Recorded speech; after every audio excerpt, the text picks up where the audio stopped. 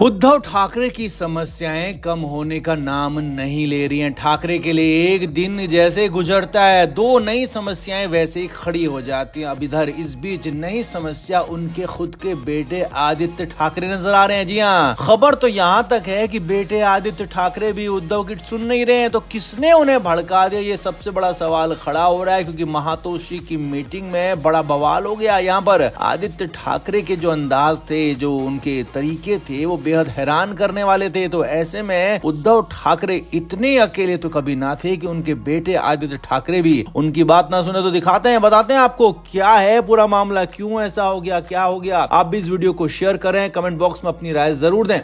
तो उद्धव ठाकरे के लिए आगे कुआं पीछे खाई वाली कंडीशन हो रही है। बीजेपी उन्हें साथ नहीं लेना चाहती है क्योंकि शिंदे गुट को नाराज नहीं करना चाहते हैं, और फिलहाल शिंदे गुट के साथ ही बीजेपी रहना चाहती है। जबकि उद्धव ठाकरे ने बीच में खूब सारी कोशिश की थी कि वापस से बीजेपी के साथ जाए। देवेंद्र फडणवीस जो मुख्यमंत्री है महाराष्ट्र के, उनके साथ बातचीत की थी, उनके बेटे तक मिले थे, और यहाँ तक कहा जाने लगा था कि बीएमसी चुनाव से पहले बहुत कुछ बड़ा हो सकता है। और इसी बीच में उद्धव ठाकरे की तरफ से, उनकी पार्टी के प्रवक्ता संजय राउत की तरफ से महाविकास अघाड़ी के खिलाफ बयान दिए गए, कांग्रेस के खिलाफ बयान दिए गए, शरद पवार के खिलाफ बयान दिए गए। तो उसके बाद माना यह जाने लगा था कि महाविकास अघाड़ी को उद्धव ठाकरे की पार्टी छोड़ देगी। लेकिन इधर इस बीच जब उद्धव ठाकरे को बीजेपी गुट की तरफ से भाव नहीं मिला, तो वापस से वो महाविकास अघाड़ी की तरफ ही आते हुए नजर आए। तो ऐसे में इसी को लेकर मीटिंग में बवाल हो गया। मातोश्री की मीटिंग में उद्धव ठाकरे ने कहा कि हमें फिलहाल महाविकास अघाड़ी के साथ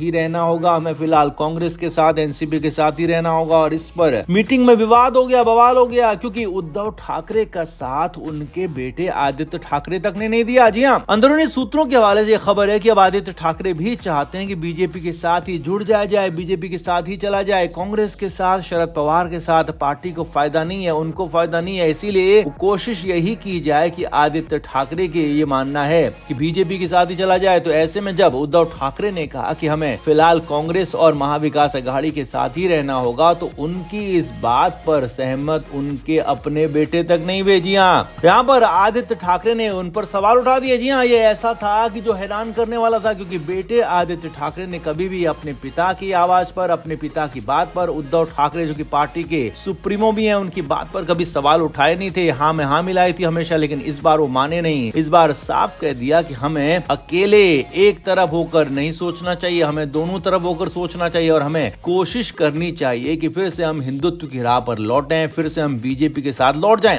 अब लेकिन वहां तो रास्ते ब्लॉक हैं। तो ऐसे में सवाल ये खड़ा हो गया कि कैसे होगा। तो इसीलिए आदित्य ठाकरे, यानी कि सूत्रों के हवाले से यही खबर है कि आदित्य ठाकरे चाहते हैं कि इसके लिए रास्ते बनाए जाएं, जो ब्लॉक रास्ते हैं उन्हें खोले जाए, उनके लिए कुछ कोशिश की जाए, उसके बाद कुछ आगे का हो पाएगा। इसीलिए यहाँ तक हालात हो गए कि उद्धव ठाकरे अकेले पड़ गए, अकेले इतने पड़ गए कि उनके बेटे तक उनकी बात सुनने को तैयार नहीं थे। ये हैरानी भरा था। अब जो भी हो, लेकिन हाँ, उद्धव ठाकरे के लिए बड़ी मुश्किल का वक्त है। संजय राउत एक तरफ अपनी अलग राग चलाते हैं, अपनी अलग मनमानी करते हैं, दूसरी तरफ उनके अपने खुद के बेटे उनकी बात नहीं सुन रहे थे, जो कि बहुत ज्यादा हैरानी भरा था। तो ऐसे में क्या उद्धव ठाकरे के लिए आगे के रास्ते और मुश्किल होंगे? क्या उद्धव ठाकरे के लिए समस्याएं बढ़ती हुई नजर आएंगी? आप क्या मानते हैं? कमेंट बॉक्स में जरूर से जरूर बताएं, वीडियो को शेयर भी करें।